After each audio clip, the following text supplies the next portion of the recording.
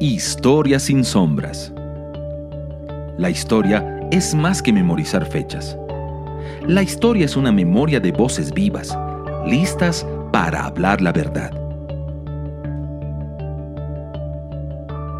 Querigma Radio y Oikonomos te invitan a sumergirte en la historia revelada. Acompáñenos a remover velos en la historia sin sombras. Hola queridos amigos, sean muy bienvenidos a un nuevo capítulo de Historia sin Sombras.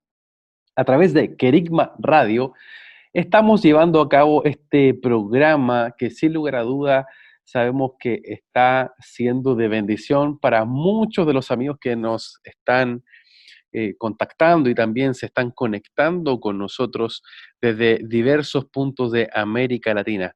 Y ese es nuestro anhelo y nuestro deseo, poder servirles, poder entregar este material con el propósito de que sea de edificación y que al mismo tiempo pueda entregarte perspectivas de la historia, pueda entregarte una visión panorámica de diferentes episodios, personajes y sucesos que han transcurrido en la historia. Como bien lo señala el inicio de este programa, la historia no es solamente fecha, la historia es una memoria viva que se esfuerza por permanentemente llevarnos hacia las verdades. Y en este sentido, y la verdad que es Cristo, ¿cierto? En este sentido, queremos ahondar en un tema que va a ser muy relevante y que hoy día tiene, yo diría, mucha polémica. Vamos hoy día a introducirnos paulatinamente a hablar acerca del antisemitismo, ¿sí? Es un tema, como yo les decía, que de pronto genera tensiones y diversas posiciones al respecto. Pero queremos abordarlo desde una mirada histórica, desde una mirada profética y escritural, el cómo se ha visto al pueblo judío, ¿sí?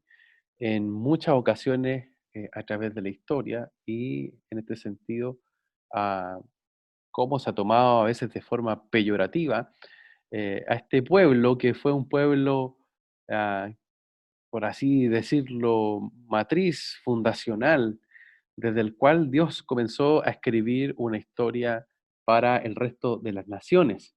Esa es nuestra convicción de que Dios desde Israel comenzó a bendecir a las diferentes tribus, pueblos, naciones que están hoy día en todos los puntos de la tierra.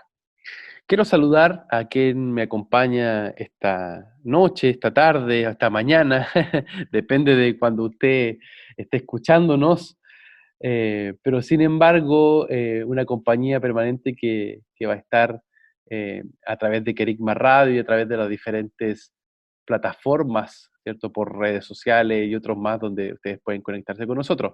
Les decía que quiero saludar a mi amigo Ángelo Palomino, quien desde Santiago de Chile también nos acompaña en este minuto. Ángelo, bienvenido a Historia sin Sombras. Muchas gracias, Javier. Un verdadero gusto volver a estar en este programa y, por supuesto, siempre poder estar compartiendo con nuestros auditores porque sabemos que, como bien tú lo señalabas al iniciar, sin duda que estas temáticas que vamos abordando semana a semana van trayendo mucha luz, mucha revelación, mucho entendimiento de temas históricos, pero que de alguna manera también no se quedan en el pasado, como tú decías, sino que van a ser influyentes respecto de lo que vivimos el día de hoy. Así que realmente un agrado estar acá compartiendo a través de Querigma Radio.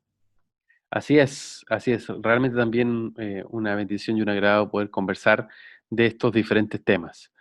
Bien, entrando en materia y quizás de forma ilustrativa, quizás también a muchos nos tocó leer o ver cuando recién estábamos dando nuestros primeros eh, pasos en la educación básica o incluso por afición, el leer un clásico que se llama El diario de Ana Frank, ¿cierto? Escrito por esta niña nacida en 1929, una familia de clase media alemana, que se desarrolla principalmente en los Países Bajos, en Holanda, y en medio de ese escenario, ella le va a tocar vivir y ver desde ese prisma infantil una situación dramática como es la que involucró la Primera y más tarde la Segunda Guerra Mundial. Ana escribía en 1942 en su diario, el 20 de junio de 1942, decía: después de mayo de 1940, los buenos tiempos quedaron definitivamente atrás. Primero la guerra, luego la capitulación, la invasión alemana, y así comenzaron las desgracias para nosotros los judíos. Eso decía Ana en su diario el 20 de junio de 1942. Tras un rápido deterioro de la situación global, los Frank se escondieron en una casa secreta en el edificio donde Otto, padre de Ana, tenía su empresa junto a otros socios. La familia pasó algo más de 2 años encerrada. Vivieron más de 2 años, imagínense, en medio de una crisis de guerra ahí. Y en ese tiempo, la joven Ana decide escribir este diario que refleja sus vivencias, pensamientos, su crecimiento personal, pero al mismo tiempo va dejando constancia de su vida, pero además de todo lo que estaba pasando cuando las SS truncaron el futuro de su propia familia y encontraron además el escondite de la llamada Casa de Atrás en 1944. Ana Frank fue enviada primero a Auschwitz-Birkenau y más tarde a Bergen-Belsen, campos de concentración alemán, en el que tanto ella como su hermana mayor murieron por tifus a principios de 1945, es decir, ya a poquitos de que terminara la guerra, Ana Frank muere junto a su hermana. Su padre fue el único superviviente, organizó las notas, los textos de su hija y cumplió su deseo en 1947 cuando fue publicada una tirada de 3.000 ejemplares y se convirtió en un éxito internacional. El diario de Ana Frank, perdón, ha sido traducido a más de 70 idiomas.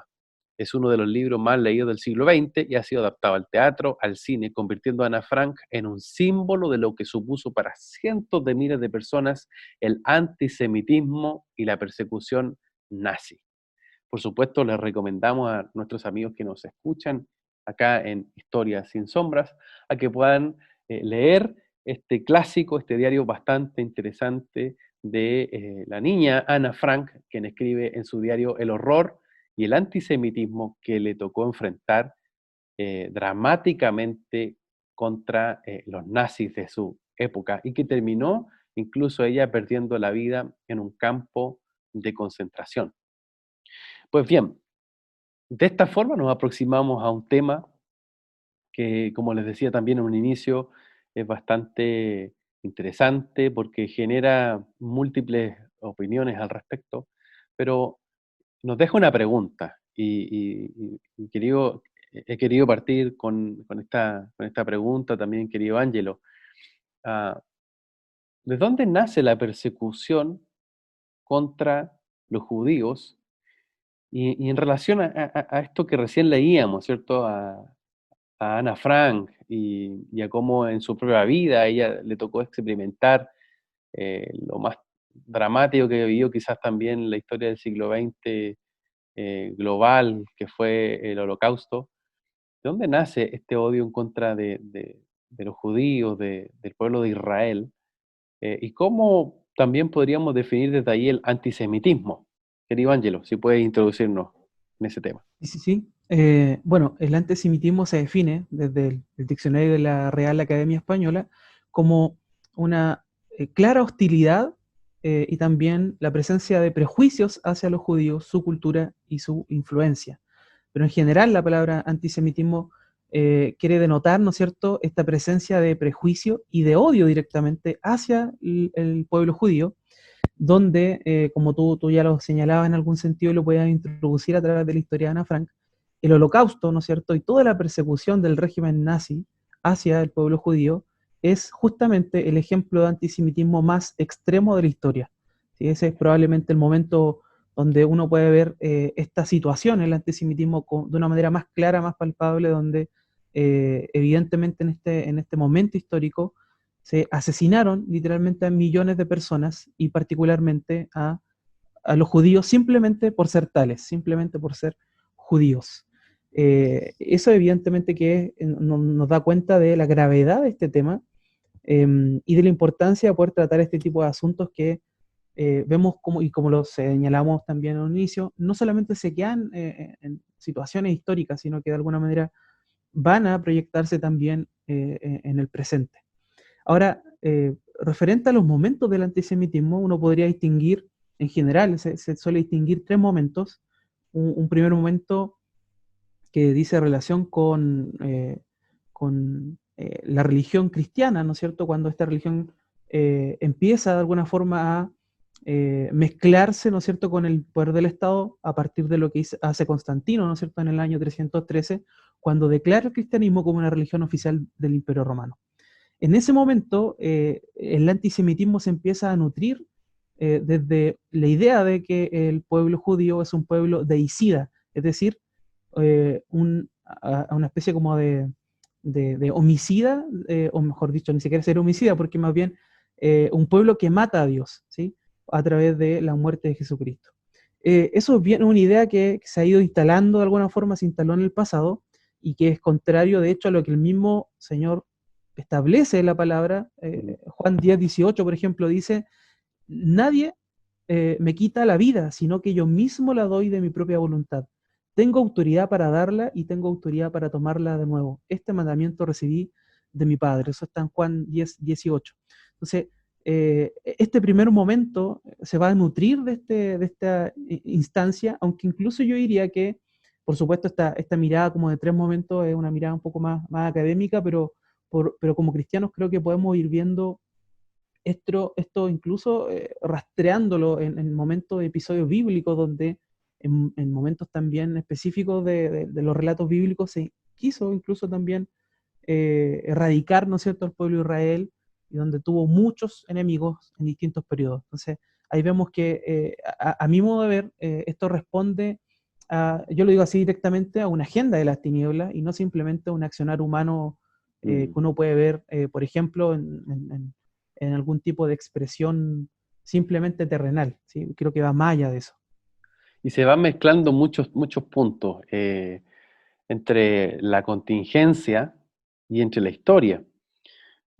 Porque en este momento se encuentra en análisis una posible anexión, por ejemplo, del territorio de Cisjordania, que hoy día está en una jurisprudencia palestina, aun cuando todavía no existe ningún movimiento ni se ha llevado a cabo una acción que involucre una posible anexión, han aparecido reacciones muy polémicas, ¿cierto? Desde intelectuales, políticos, artistas, etcétera, que han tomado una posición en donde se mezcla las visiones del Estado de Israel, las visiones, por así decirlo, sionistas y también incluso antisemitas. ¿Cómo podríamos diferenciar, querido Ángelo, estas diferentes líneas? O sea, una cosa es el antisemitismo y otra son las posiciones del Estado de Israel. Si pudiese quizás matizar esos aspectos que pueden ser distintos. Claro, sí, ese es un punto muy importante porque la confusión entre estas cosas genera justamente un problema de antisemitismo porque eh, algunos tratan de distinguirlo a través de dos conceptos: el antisemitismo, ¿no es cierto?, que es lo que ya habíamos venido conversando, este rechazo, este odio, este conjunto de prejuicios hacia los judíos simplemente por ser judíos, y por otro lado, lo que algunos denominan como antisionismo, ¿no? Esta idea de estar en contra de la posibilidad de que Israel pueda plasmarse como una entidad política de Medio Oriente, como lo ha hecho efectivamente desde fines de 1940. Ahora, creo que ahí hay una disyuntiva y hay un punto que es importante poder diferenciar, porque una cosa es tener un odio hacia una comunidad específica de personas, que en este caso son los judíos, pero otra cosa es distinta poder disentir de políticas eh, específicas de un Estado, ¿no? Y eso me parece que queda como muy a criterio, ¿no es cierto?, de libertad de conciencia de las personas, y creo que eso no es criticable en una primera instancia.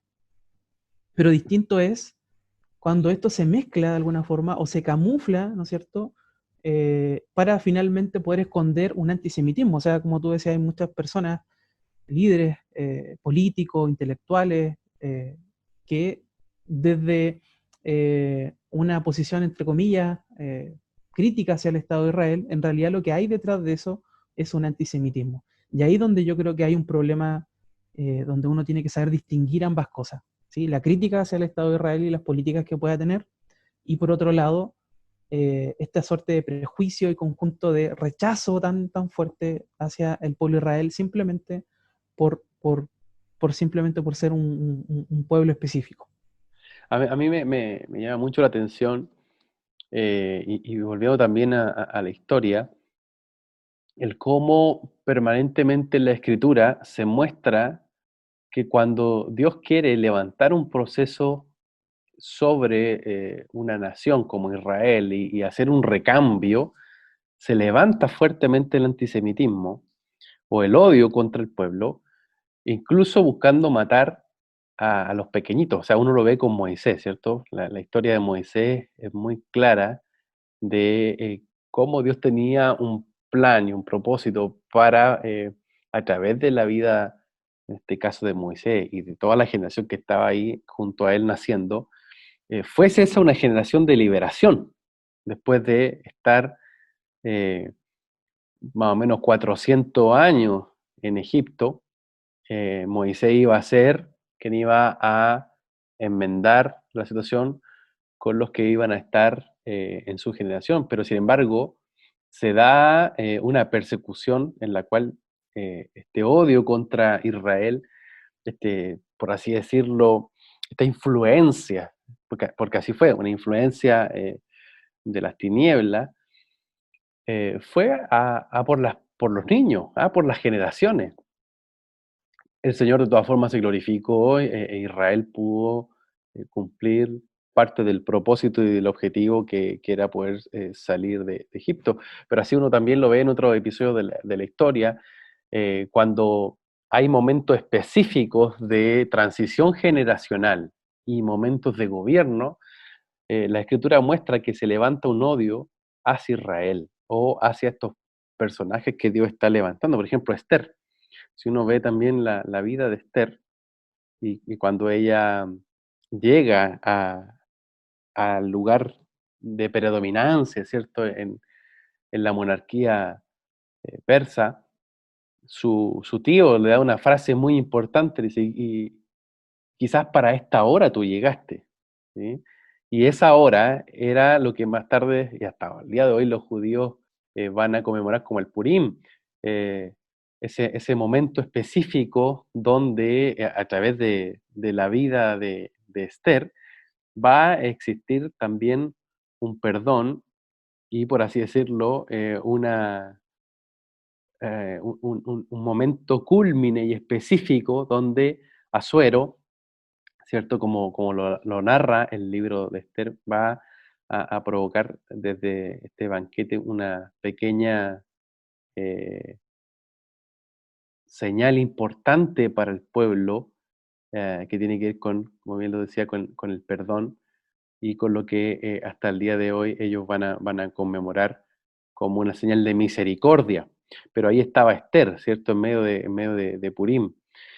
Eh, Y esto se va a acentuar, como también Angelo lo señalaba, a partir de lo que va a significar también la historia greco-romana, o la historia que se va a dar en Grecia y en Roma, contra los judíos. De hecho, es posible mostrar históricamente, alguna animosidad hacia los judíos, eh, en algunas fuentes que se entregan durante los siglos III antes de Cristo, el siglo II antes de Cristo, donde durante el auge de estas civilizaciones greco-romanas, en un mundo de cultura y de religiones politeístas, es decir, de muchos dioses.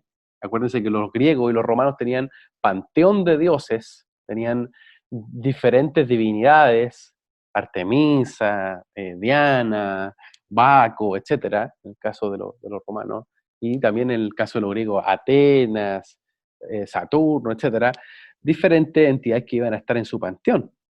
Bueno, eso chocaba con la cosmovisión judía. ¿Mm?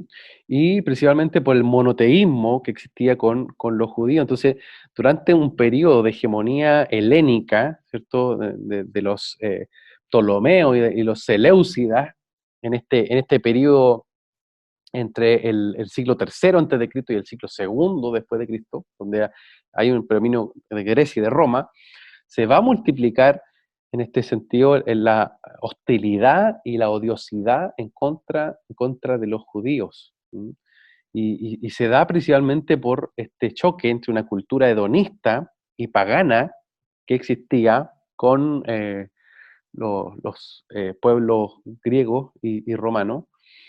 Y, por ejemplo, les chocaba mucho que el concepto de descanso de los hebreos, del Shabbat, o la dieta alimentaria, la idea de compensación del esfuerzo, una ética y un sentimiento de pertenencia comunitaria, la obligación de no adorar imágenes ni objetos, es decir, todos estos elementos iban a hacer que paulatinamente se provocaran hostilidades entre los diferentes residentes que estaban en territorio de Judea. Eso va a explotar con mayor fuerza, y eso también lo narra Flavio Josefo, como en diferentes ciudades como Damasco o Alejandría va a ir creciendo este odio contra los judíos, y ya con Antíoco IV Epifanes en el año 167 a.C., se va a hacer directamente un edicto de este año 167 a.C. para eh, quebrantar de alguna forma las leyes judías. Y él promueve, en este caso Antíoco, promueve el ir contra estas normas de fe o religiosas que se disponían en el territorio de Judea, y obviamente esto va a provocar lo que más tarde va a ser conocida como la rebelión de los macabeos, ¿sí? La rebelión de los hasmoneos o macabeos, que con el éxito logran el establecimiento de un reino independiente por un periodo muy breve, pero sin embargo es una victoria en contra de la cultura helénica, por lo que significó de alguna forma esta imposición que se da con un fuerte odio en contra de los judíos. ¿Para qué decirlo con el arribo del Imperio Romano, con la doctrina de la Pax Romana? Y ahí llegamos a lo que tú señalabas, Ángelo, a esta síntesis o mezclas que va a hacer más tarde Constantino. Estás en sintonía de Querigma Radio, extendiendo el mensaje del reino de Dios a todas las naciones de la tierra. ¿Vives en Santiago de Chile y no tienes dónde congregarte? Te invitamos a que nos contactes en nuestro sitio web www.ciudadeluz.cl. Te esperamos. Querigma Radio, enseñando principios que ayuden a la iglesia a vivir en el Espíritu. De manera práctica, real y completa. Querigma Radio. Te invitamos a suscribirte a nuestro canal de YouTube. Búscanos como CCA Ciudad de Luz. Ahora seguimos con tu programa, Historia sin Sombras.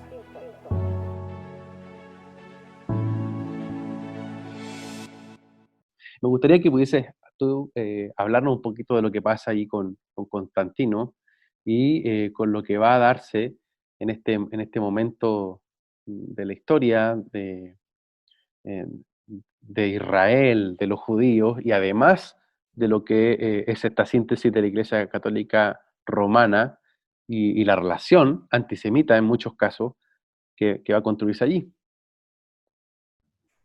Claro, como tú decías, justamente en este periodo de Constantino, lo que va a ocurrir es toda una suerte de sincretismo, o sea, para ponerlo como en un término sencillo, una especie de mezcla cultural, religiosa, que va a empezar de alguna manera a generar un ambiente distinto, y donde se va a ver como enemigo a muchas veces a los judíos.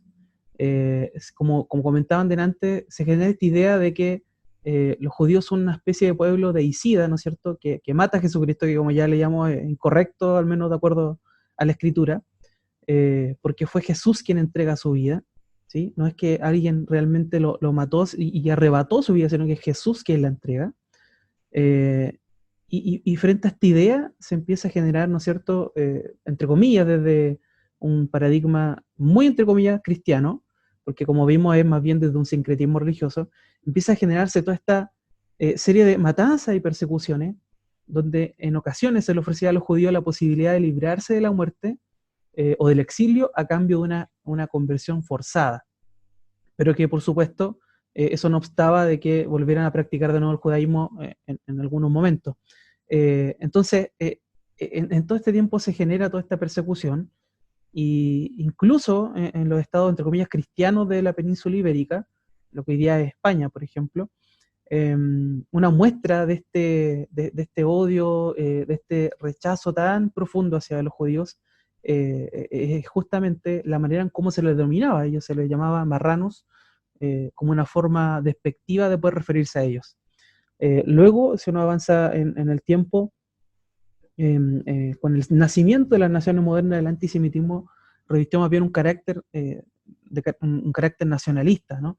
Y a los judíos se les rechazaba porque, como eran extranjeros y sospechosos de alguna forma, de alguna manera los judíos eran vistos como posibles integrantes de una especie de un complot internacional, y por lo tanto ellos podrían de alguna manera desempeñar ciertas funciones, ¿no es cierto?, en política, en economía, y que los podía volver potencialmente traidores de las naciones en las que estaban ellos residiendo, ¿sí? Eso me parece que es relevante poder también mencionarlo. Sí, y es muy importante cómo en el caso de Constantino se van a ir arrancando las festividades que tenían algún tipo de vinculación con la historia de Israel. Por ejemplo, la Pascua.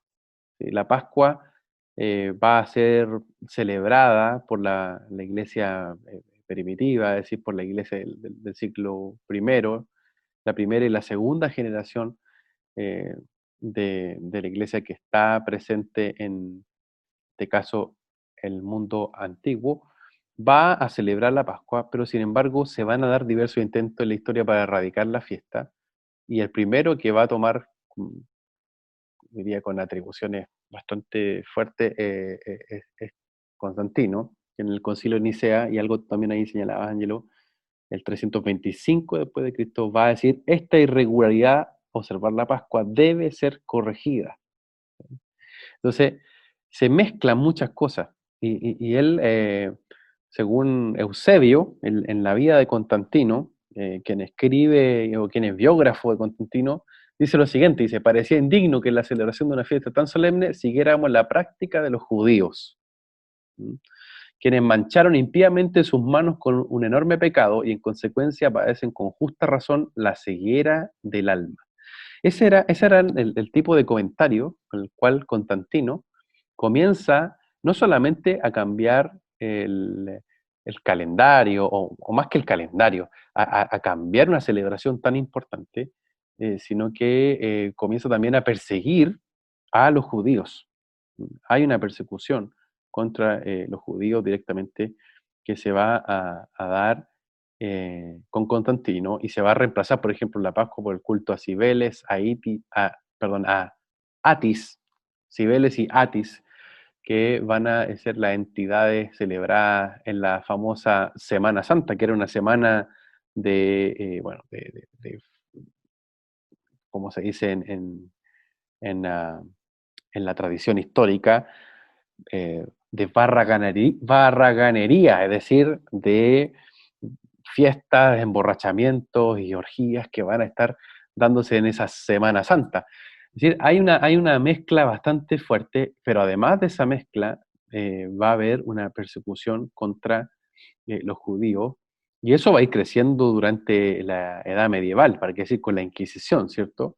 Con la Inquisición se busca no solo eliminar entre comillas, herejía de la Pascua, sino que también miles de hombres, mujeres y niños fueron brutalmente asesinados porque se les consideraba bajo el término de los marranos.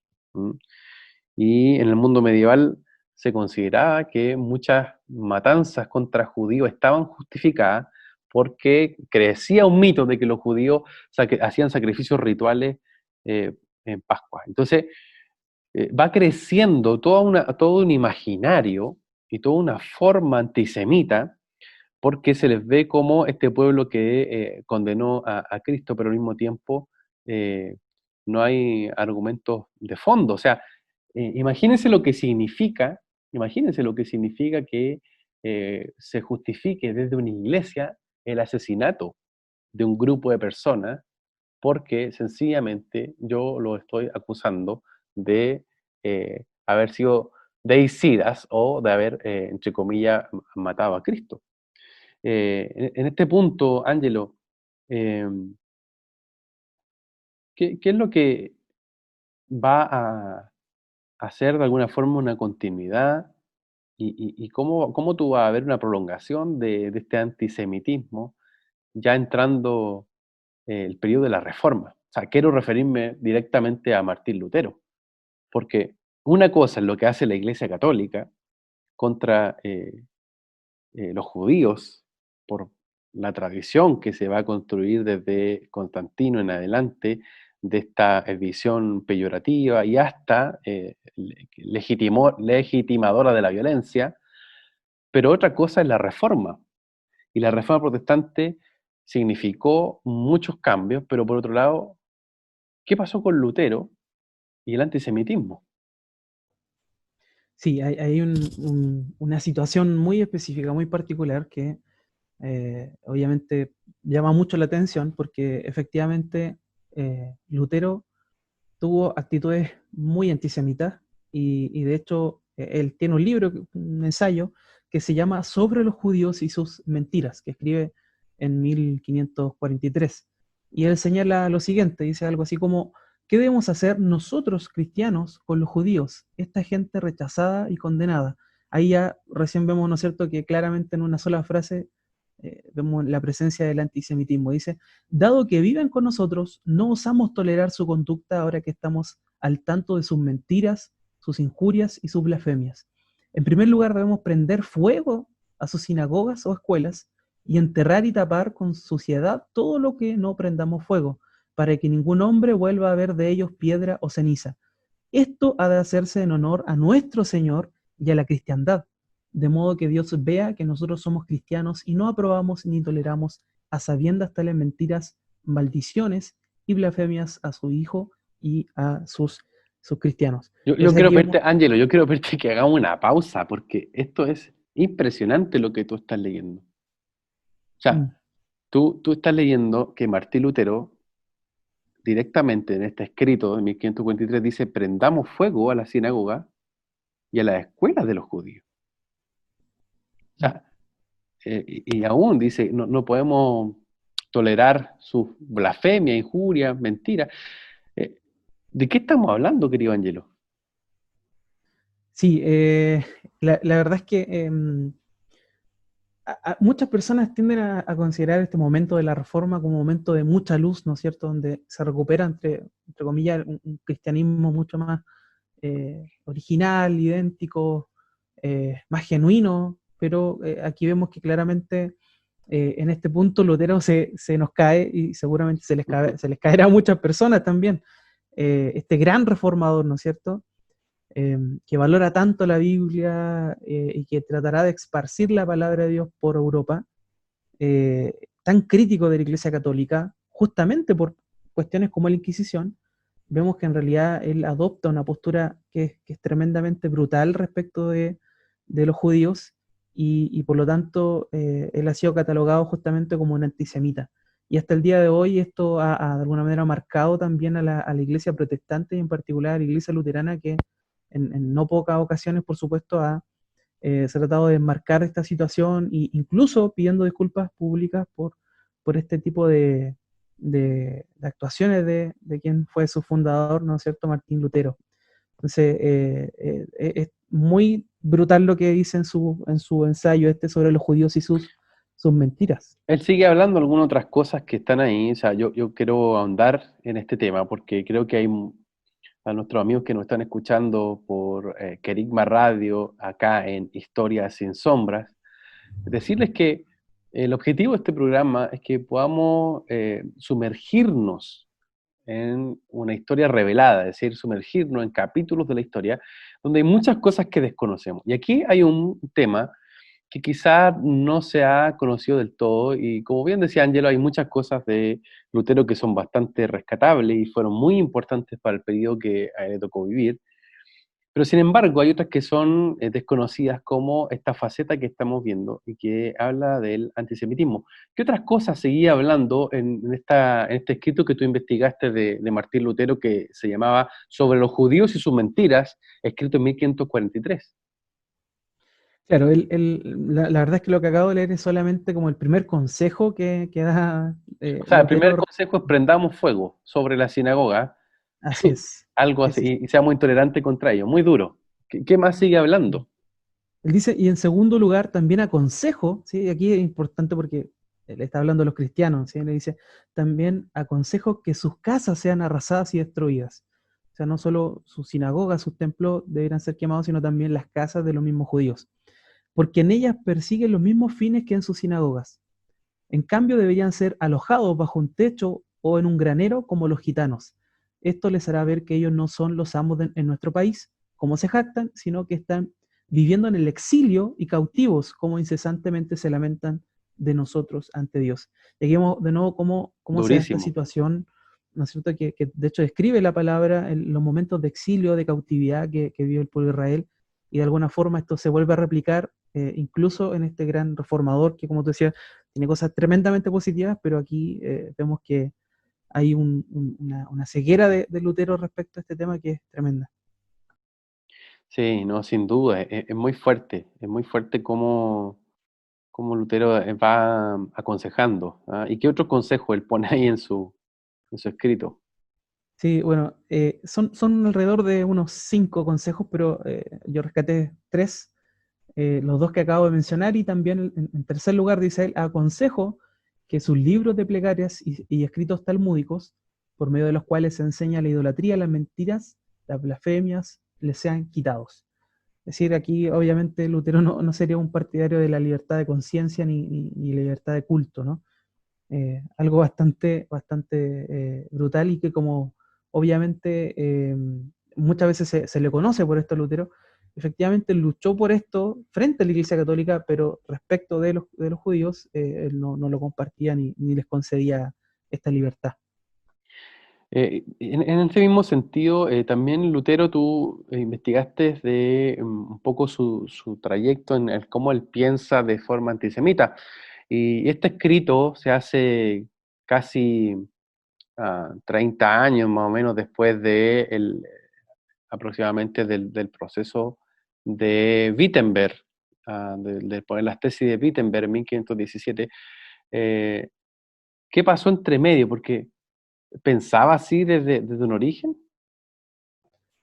Claro, es bien extraño porque debe haber ocurrido algo para que él pudiera pensar de esa forma, porque de hecho hay un ensayo anterior, ¿no es cierto?, a este texto, que es de 1523, y que se titula El hecho de que Jesucristo nació judío. Y de hecho Lutero condena el trato inhumano a los judíos y exhorta a los cristianos a tratarlos con amabilidad. Entonces eso es bien extraño, cómo se da este Paradójico. cambio.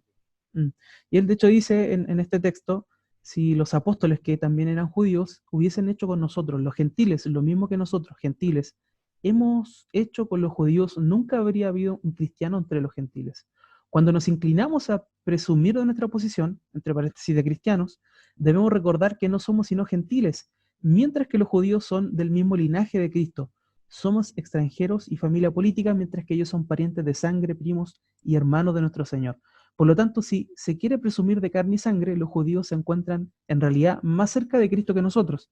Si realmente queremos ayudarlos, debemos guiarlos en nuestro trato con ellos, no por la ley papal, sino por la ley del amor cristiano. Debemos recibirlos cordialmente y permitirles comerciar y trabajar con nosotros para que tengan la ocasión y la oportunidad de asociarse a nosotros, escuchar nuestra enseñanza cristiana y el testimonio de nuestra vida cristiana.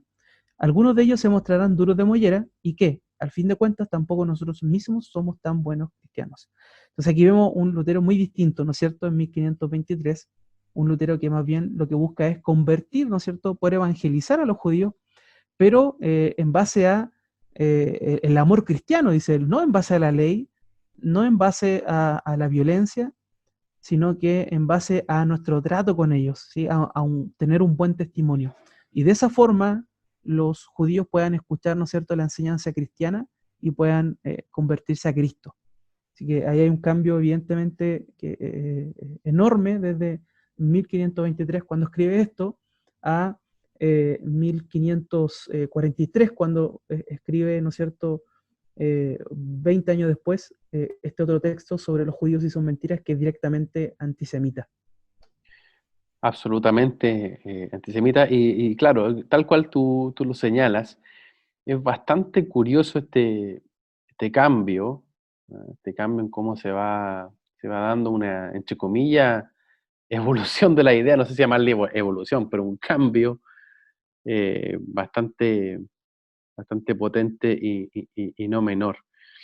Es tan fuerte la influencia que tiene Lutero que hasta el día de hoy seguimos hablando de él, pero sin embargo, en el periodo de la Alemania nazi, muchas personas llegaron a citarlo para justificar el antisemitismo de Hitler. De hecho, el mismo Adolf Hitler cita a Lutero en Mi lucha. ¿No es así, Angelo? ¿Tú lo revisaste?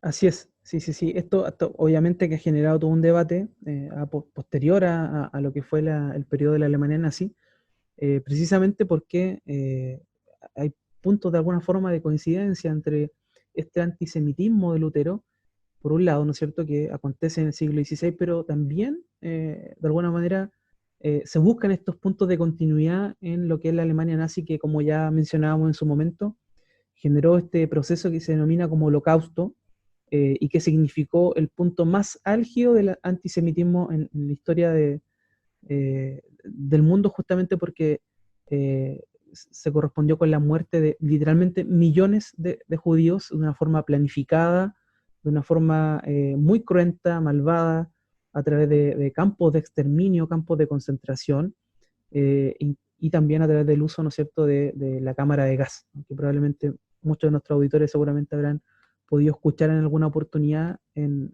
alguna instancia de aprendizaje de historia.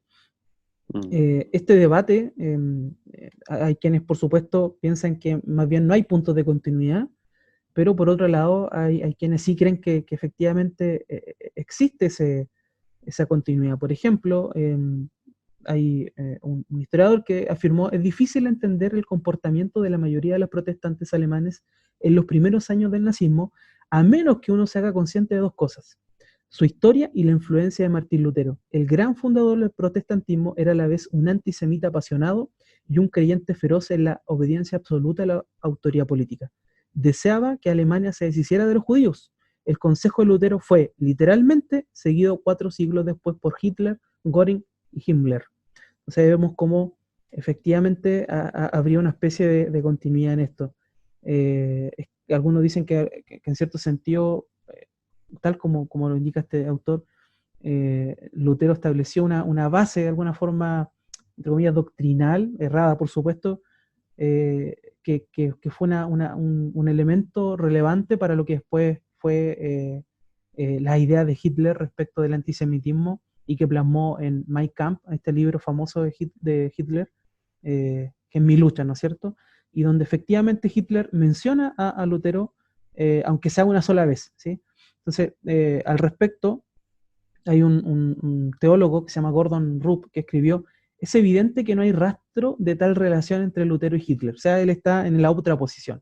Claro. Está defendiendo más bien la posición de que no hay una cercanía entre las ideas de Lutero, su antisemitismo, sobre lo cual no puede, digamos, defenderse porque es evidente, pero no hay una evidencia en la relación entre Lutero y Hitler. Dice: pero supongo que Hitler jamás leyó una página de Lutero. El hecho de que él y otros nazis afirmaran que Lutero lo respaldaba no demuestra más el hecho de que también contaban a Dios Todopoderoso entre sus partidarios. Hitler menciona a Lutero una sola vez en Mein Kampf, en un contexto neutro. Aún así, evidentemente, no deja de ser interesante que fuera mencionado Lutero Por por supuesto. Hitler y también fuera mencionado por los partidarios del nazismo. Entonces, hay ahí al menos alguna influencia. Probablemente la pregunta es, ¿cuál fue ese nivel de influencia? Quizás no fue tanto, pero sin duda me parece que hay ahí una relación, a lo menos basal respecto de poder influenciar también toda esta mirada antisemita nazi. Estás en sintonía de Querigma Radio, extendiendo el mensaje del reino de Dios a todas las naciones de la tierra. ¿Vives en Santiago de Chile y no tienes dónde congregarte? Te invitamos a que nos contactes en nuestro sitio web www.ciudadeluz.cl. Te esperamos. Querigma Radio, enseñando principios que ayuden a la iglesia a vivir en el Espíritu. De manera práctica, real y completa. Querigma Radio. Te invitamos a suscribirte a nuestro canal de YouTube. Búscanos como CCA Ciudad de Luz. Ahora seguimos con tu programa, Historia sin Sombras.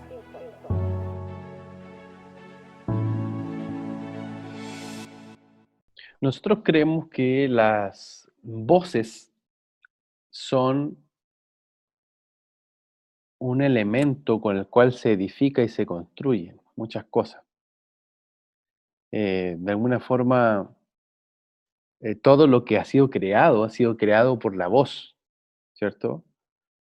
Sea la luz y la luz se manifiesta y se crea una consistencia. Por tanto, las voces lo que hacen es desatar una consecución de eventos y por tanto crear también un medio ambiente. Y Lutero, siendo un reformador, también se equivocó, y aquí creemos que hay un punto súper relevante de este programa, es que veamos cómo Lutero acá se equivocó. Se equivocó al usar su boca para maldecir a los judíos. Y cómo muchas veces aún la autoridad que puede usar un hombre de Dios puede terminar afectando multigeneracionalmente a incluso una iglesia. O sea, imagínense que el mismo Hitler toma las palabras de Lutero y toma esas palabras para hacer una declaración y para mezclar también, como bien lo decía Angelo, las relaciones entre la iglesia evangélica alemana y el nazismo, que llegan, en muchos de ellos, llegan a declarar que la peor de las ocurrencias de corrosión de la civilización moderna era el judaísmo y que por tanto debían ser exterminados y lo justificaban con la Biblia, con la Escritura. Entonces, estamos en un punto muy fuerte. O sea, la iglesia luterana, miembros del movimiento de cristianos alemanes, fueron un brazo racista del protestantismo, que usaron las palabras de Lutero, que usaron todo este perfil antisemita para justificar la matanza de niñas como Ana Frank, por ejemplo, que en un inicio contábamos parte de su historia. Entonces, la historia no se construye así porque sí, la historia tiene una consecución de eventos en la medida del uso de la autoridad en la que la iglesia también está en medio, ¿sí? El Señor le delega a la iglesia la potencialidad de poder gobernar sobre la tierra y de poder, en este caso, también ir definiendo muchos procesos o cuestiones que están pasando alrededor, aun cuando el Señor es soberano.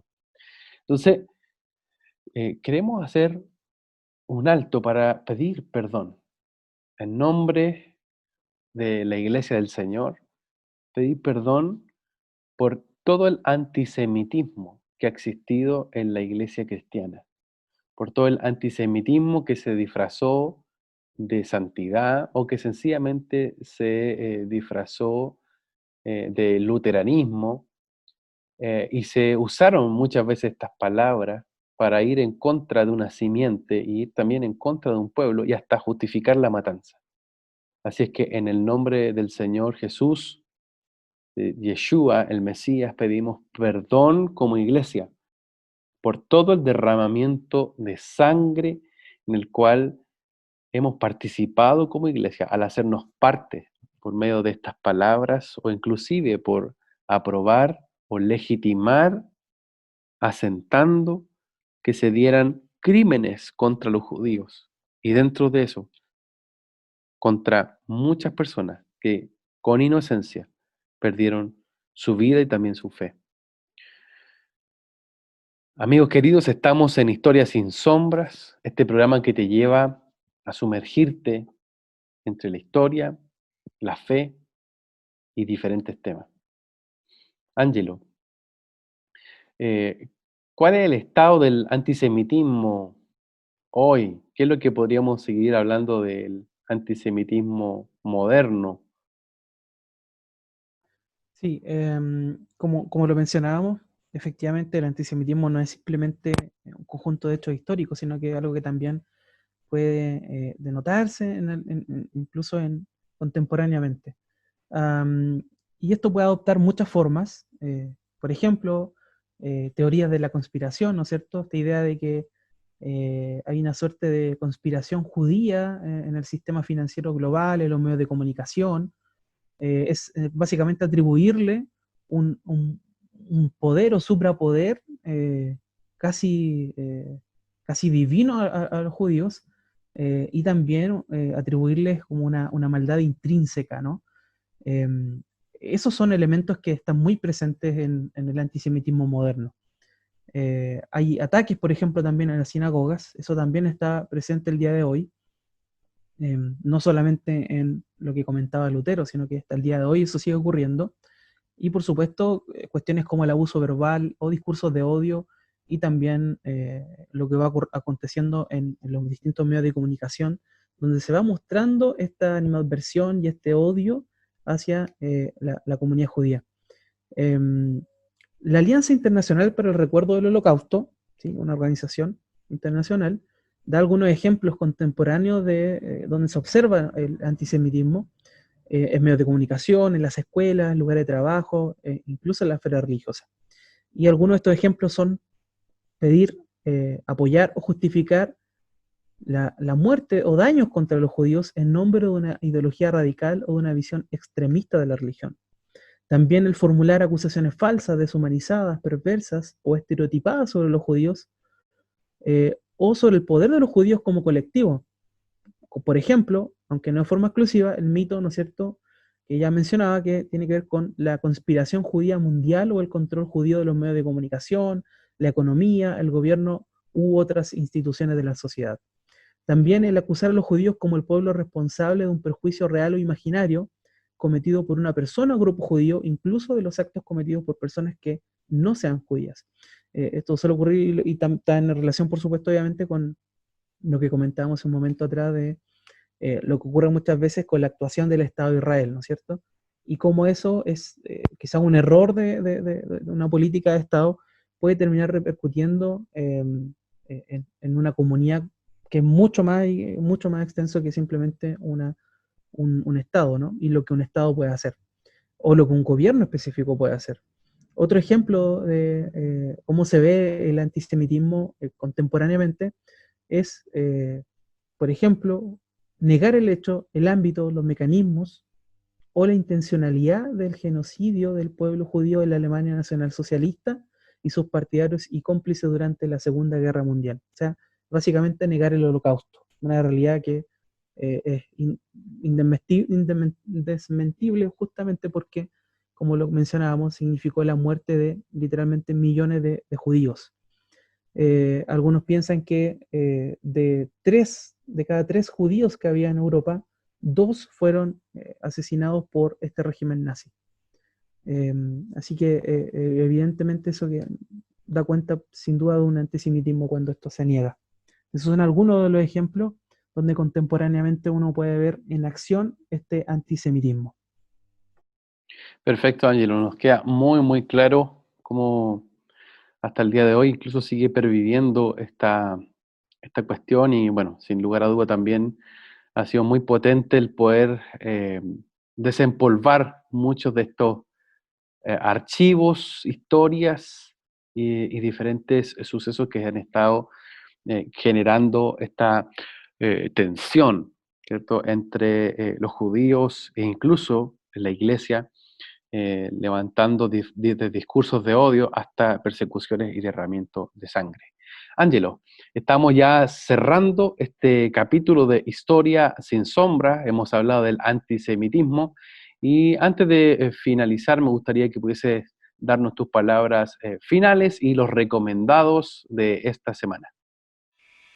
Estás en sintonía de Querigma Radio, extendiendo el mensaje del reino de Dios a todas las naciones de la tierra.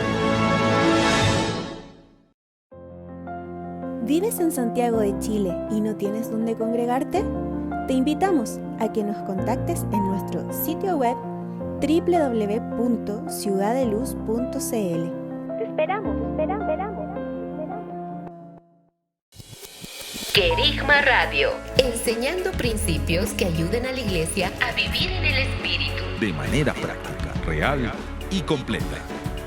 Querigma Radio. Te invitamos a suscribirte a nuestro canal de YouTube. Búscanos como CCA Ciudad de Luz. Ahora seguimos con tu programa, Historia sin Sombras.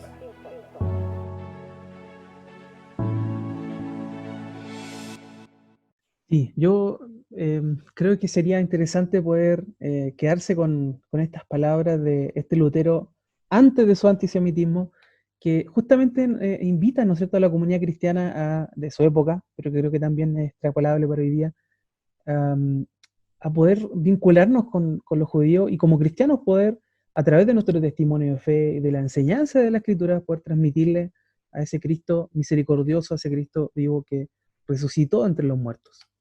Respecto a los recomendados, por supuesto que está el libro que tú mencionabas al inicio, ¿no es cierto?, el diario de Ana Frank, famoso libro, y también otro libro que se llama Confrontando el Antisemitismo, Mitos y Hechos, es un libro del 2016 y pertenece a la Liga Antidifamación, también una organización que trata de luchar contra el antisemitismo.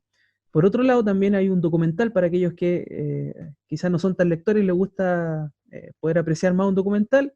Está El Círculo Maléfico de Hitler, del 2018, y específicamente el capítulo 4 de la temporada 1, que se llama El Ascenso del Antisemitismo. Este está disponible en Netflix y YouTube. El Círculo Maléfico de Hitler, en el capítulo 4 de la temporada 1, El Ascenso del Antisemitismo. Perfecto, muchísimas gracias, Ángelo, por los recomendados de esta semana y también por todo lo que has podido compartir con nosotros en este capítulo de Historia sin Sombras. Amigos queridos, ustedes saben que puedes encontrarnos en www.oikonomos.cl, ¿sí? www.oikonomos.cl, la página del Centro de Estudios Oikonomos, y también en contacto@oikonomos.cl. contacto@oikonomos.cl, y también en las diferentes plataformas de Oikonomos, donde estamos permanentemente escuchándoles y recibiendo sus diferentes comentarios. Agradecidos de Querigma Radio, nos despedimos y esperamos encontrarles en un próximo capítulo de tu programa Historia sin Sombras. Bendiciones. Chao. Hemos concluido un nuevo recorrido por la historia, sin olvidar que la verdad nos hace libres. Nos vemos en un próximo capítulo. Fue un programa de Oikonomos, Centro de Liderazgo Público Cristiano, patrocinado por CCA Ciudad de Luz.